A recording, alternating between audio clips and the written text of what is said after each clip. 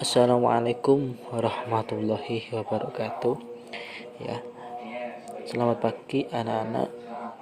Semoga pagi hari ini semangat belajarnya dan semoga kita tetap diberikan kesehatan oleh Allah Subhanahu wa taala untuk bisa belajar dengan semangat,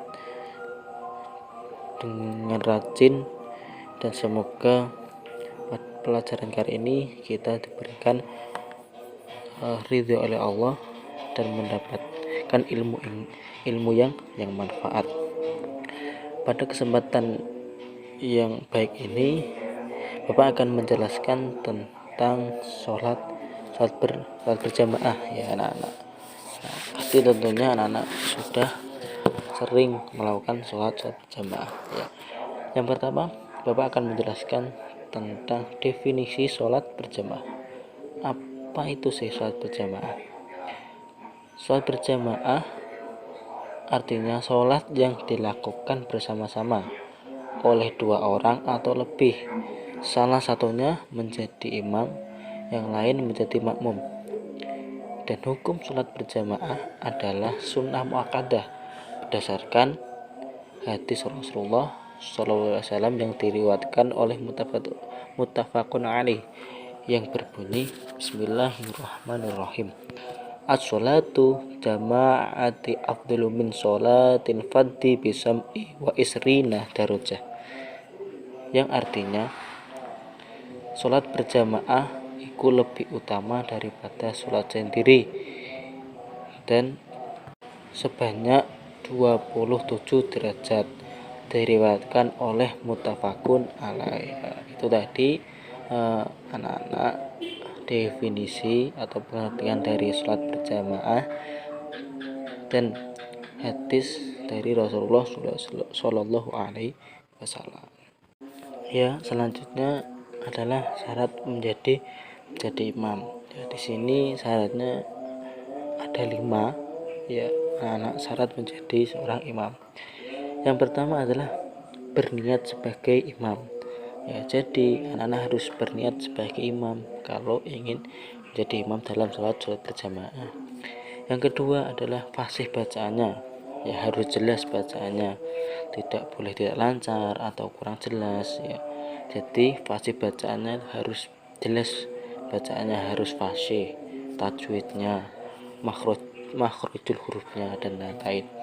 Yang ketiga adalah laki-laki bila makmumnya laki-laki ya.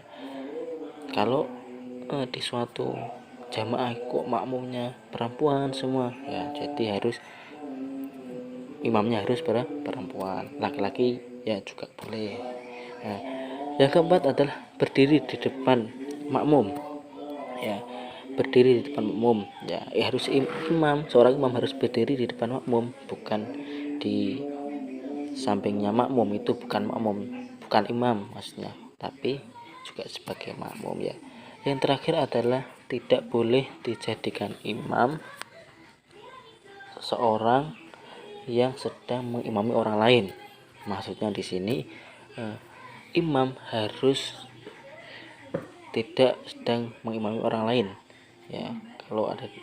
Kalau imamnya itu sedang mengimami orang lain ya, berarti itu tidak boleh dijadikan imam ya.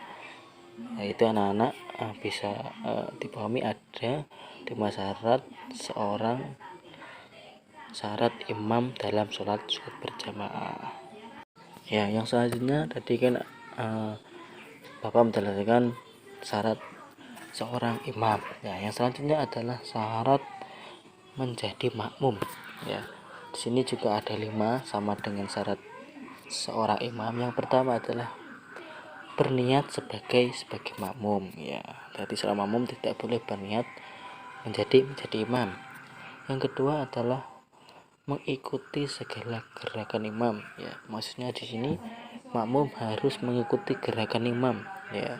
Dan makmum juga tidak boleh mendahului gerakan imam ya. Kalau makmum mendahului gerakan imam nah, makmum itu termasuk batal sholat berjamaahnya karena tidak mengikuti gerakan imam.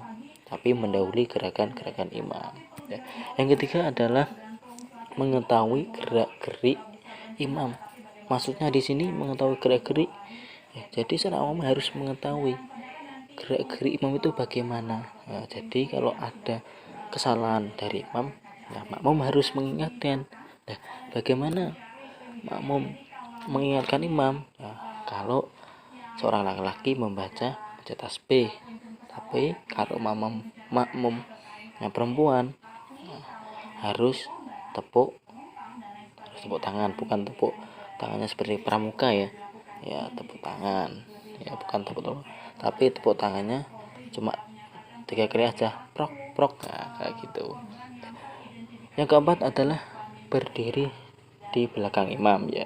Jadi seorang makmum tidak boleh berdiri di depan imam, nggak boleh ya.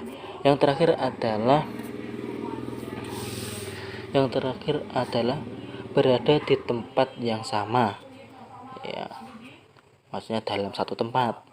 Nah, di sini jadi seorang makmum dan imam itu harus dalam satu tempat, di musola, di masjid. Nah, jadi makmum tidak boleh sholatnya imamnya di musola ya, makmumnya di rumah, tidak boleh. Itu bukan syarat, termasuk syarat yang kelima ya.